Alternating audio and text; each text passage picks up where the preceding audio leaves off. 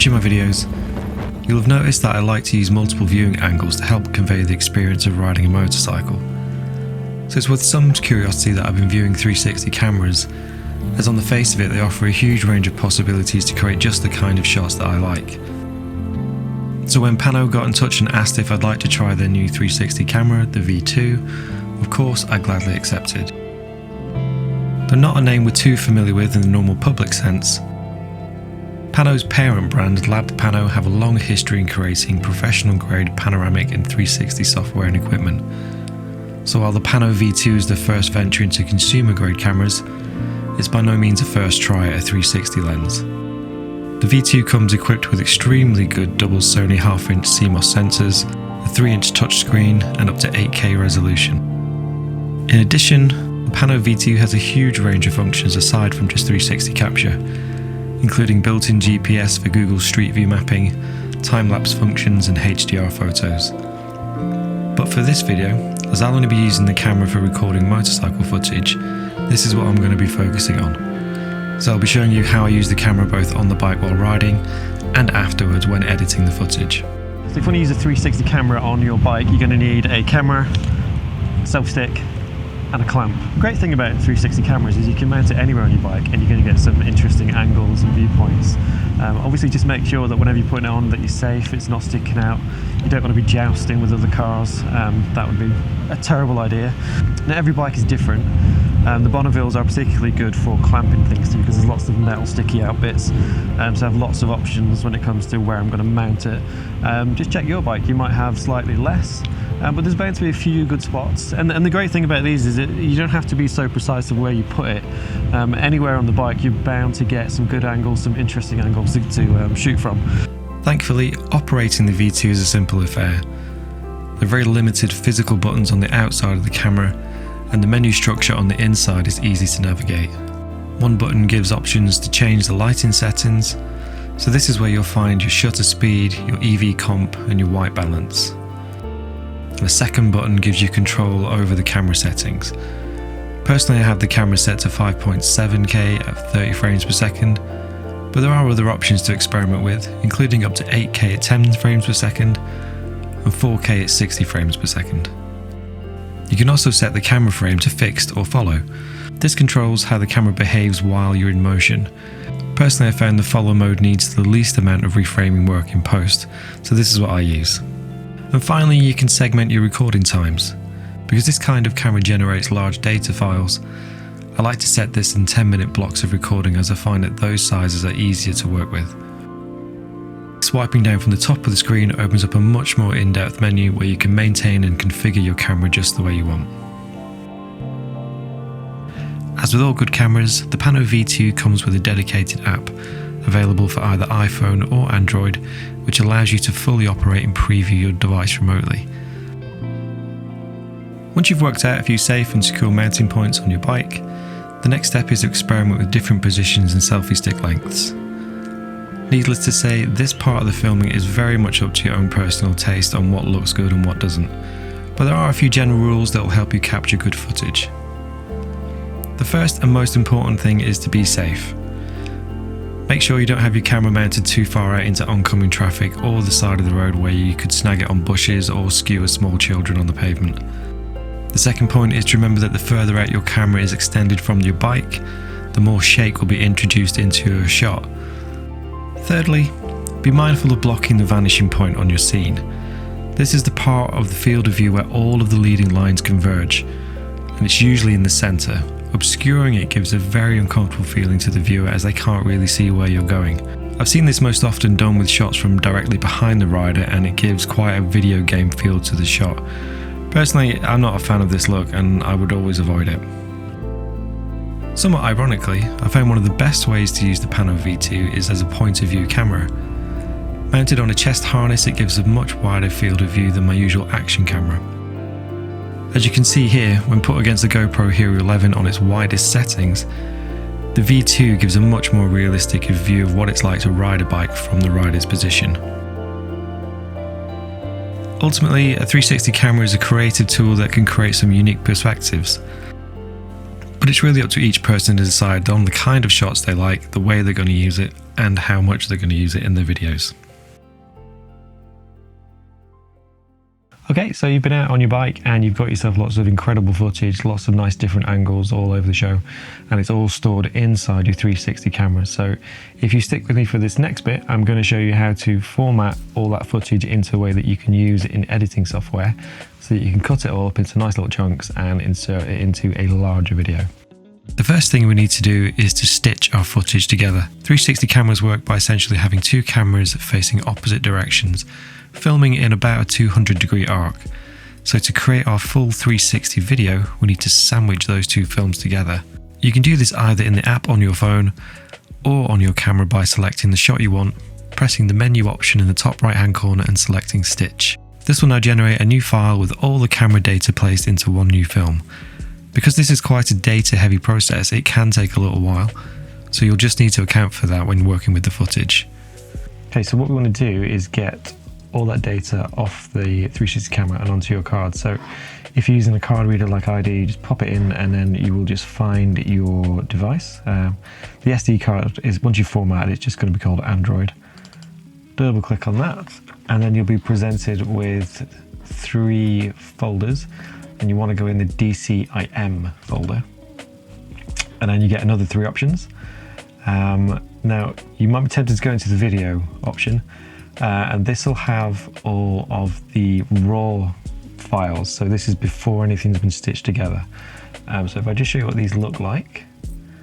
So as you can see, this is just the round circle of what the optics of the camera is captured. So this is kind of unusable in that state. So you would want to ignore those. So ignore the video section. You want to go into the stitch section.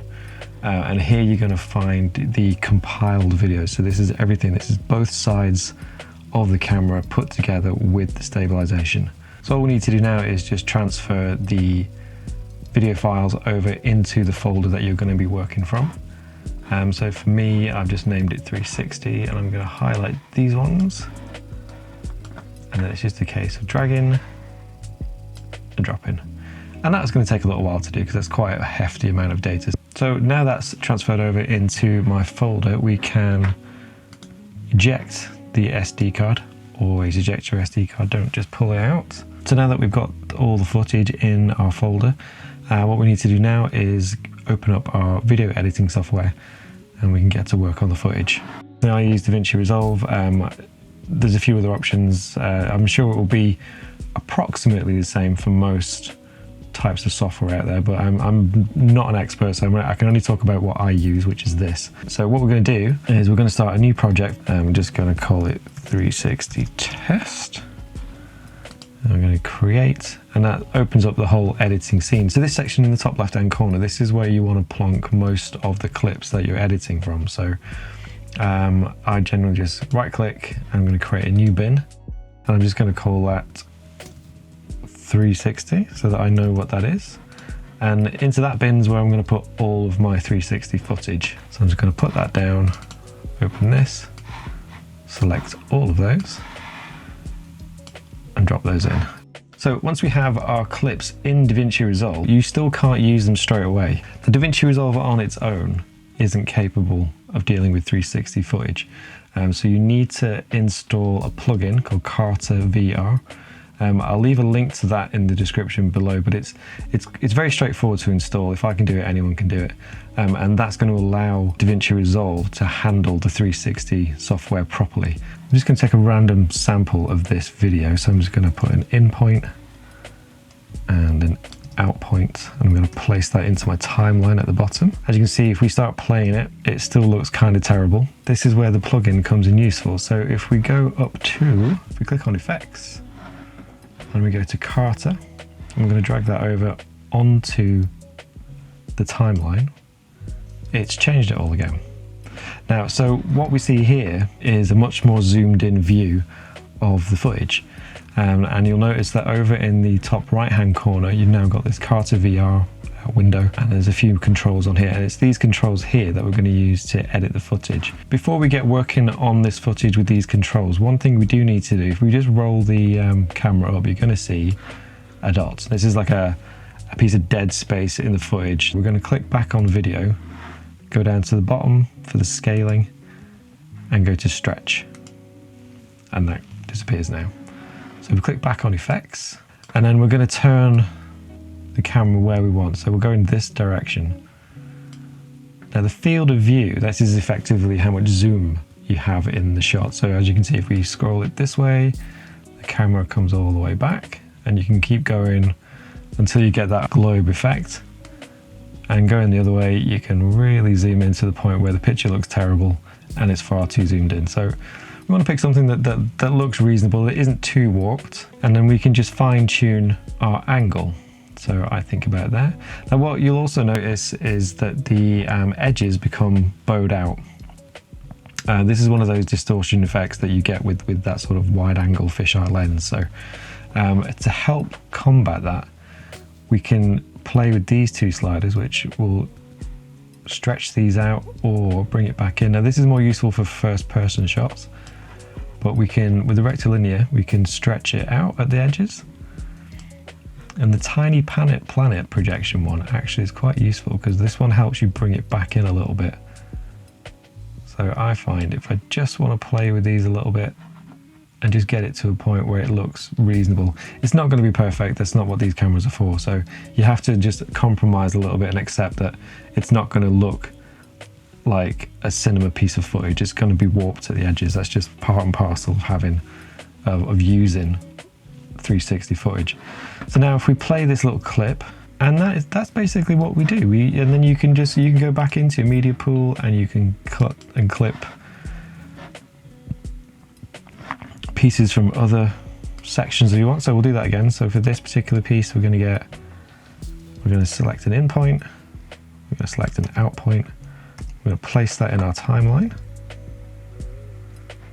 So now we have this, looks terrible. We're going to go up into our effects tab in the top left, grab the Karta VR effect, drag it onto the clip, and it's going to really zoom it in. So once again, we just want to bring our field of view out to a point where we think it looks okay. Could play with the pitch a little bit and the yaw. I forgot to stretch that out. Back into effects, and we can play with all of those little effects. And this is very much just, you can just play with these until you get to a point where you feel like you're happy with an effect or you're happy with a look. I'm just going to bring those sides back in a little bit. And then we can have that playing. You will have seen on some people's 360 videos the camera bouncing all over the show, and it's one of the benefits of having the 360 camera in that you can introduce some movement. You do that with keyframes. Now the keyframes is a little bit confusing, and this is the part that's going to take a little bit of practice and a little bit of trial and error. These little diamonds on the edge, these are your keyframe nodes or points that you can click. So for this clip, for example, what I might want to do is have the camera start facing behind me and then just pan round to the front. And in order to do that, what I need to do is click on the yaw, and that's the sort of horizontal scroll. Now that will, as you can see as I'm turning this, it's turning the camera around. So what I want to do at the start of this clip, for this clip I want to have at my start point, I want the camera facing backwards. So for the yaw, I'm going to click here, this will go red. And then I'm just going to scroll this forward to a point where at this point in the video, I want the camera facing forward. So I'm going to go to yaw again. I'm going to move this forward. And then I'm going to press play. And that should have recorded that I have a start point where the camera's facing backwards, and I have an end point where I want the camera facing forwards. And the software is going to create a slow pan which will move the camera between those 2 points in the time frame that I want. It takes a little bit of practice, but you can create some nice effects with that, and you can do them quickly and have the camera bouncing all over the show, or you can take a more cinematic approach, which is what I like to do, and that is try and get the camera to do a slow pan. So if I take my play marker all the way back now and play this, it should move the camera around to the front as we're going. So as you see, the camera's starting to move.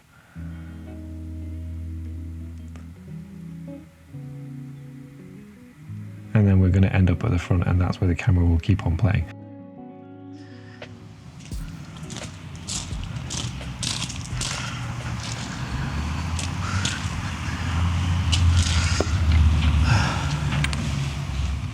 I have to be honest, I was a bit skeptical of 360 cameras. Coming from a photography background, I had sort of the idea of getting a camera where it does nothing but bend the horizon line is not something that really was that appealing. So they weren't really on my radar. But now that I've tried one, I'm super happy with it. I think used appropriately, these are a fantastic tool to have. For me, I think I look at this in the same way as I view a tilt shift lens or a macro lens. It's a specialist piece of equipment for a very specific type of shot that your normal action camera won't be able to do. It's not something to use for every single shot. You know, it's not your only camera that you're going to have in your bag. But to complement an action camera, one of these is fantastic. So would I recommend the PanoX V2 360? Yes, I would. It's a really good piece of kit, and the sensor in it is brilliant. I mean, at the end of the day, the most important thing is getting the image quality, and the image quality out of this is fantastic. It's brilliant. And the big screen on it's actually really useful, and it will work with gloves on, which I really like.